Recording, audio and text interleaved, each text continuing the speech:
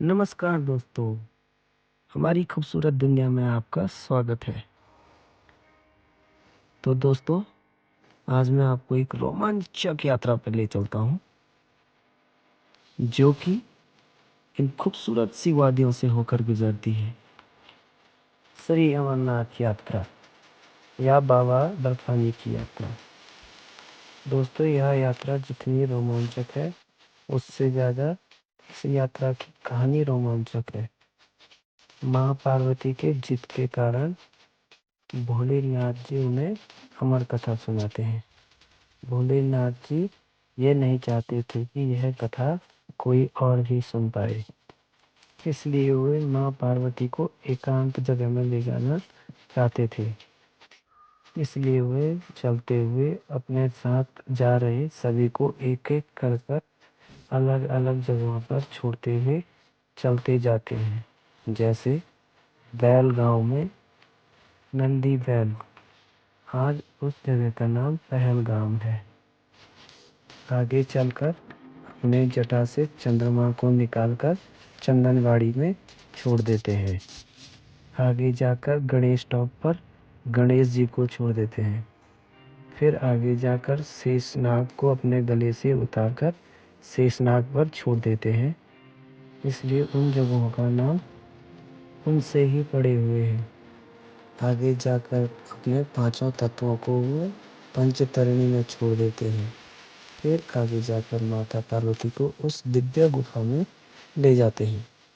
माता पार्वती को कथा सुनाने से पहले भगवान भोले जी उन्हें कहते हैं कि कथा के बीच में हुंकार भरते रहना।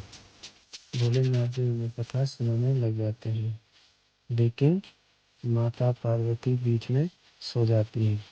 वहाँ पर मौजूद 2 कबूतर के अंडे होते हैं, जो कि उस कहानी के तेज और शक्ति के कारण कबूतर बन जाते हैं और वह अमर हो जाते हैं।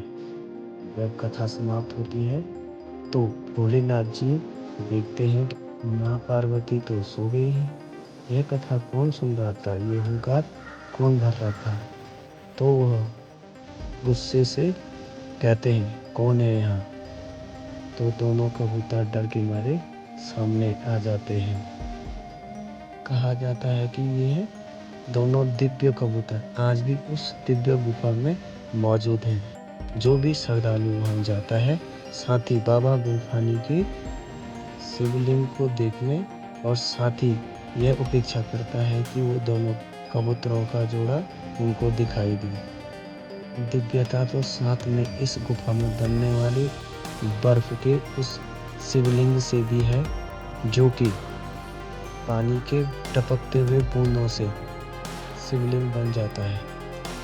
इस यात्रा के दौरान आपको बहुत रोमांच आएगा।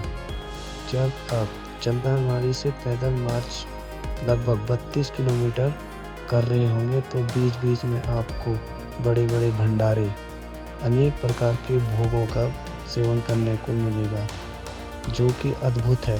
इतनी दूरी पर, इतने ही कम समय पर लोगों द्वारा भगवान पर आस्था, श्रद्धा और भक्ति का एक स्वरूप है।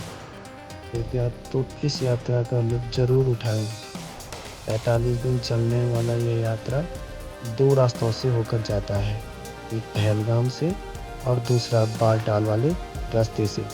पहलगाम से लगभग गुफा तक 48 किलोमीटर है और बालटाल वाला लगभग 16 किलोमीटर है, जो कि खड़ी चढ़ाई है। आप लोग जब दिव्य गुफा के सामने पहुंच जाते हैं, तो वहां पर आकर बहुत अलौकिक महसूस होता है। साथ ही बहुत दिव्यता वहां पर दिखाई पड़ती है। अब सब कुछ सुनाने के बाद आप लोगों को एक सवाल मन में उठ रहा होगा कि इस गुफा की खोज किसने की?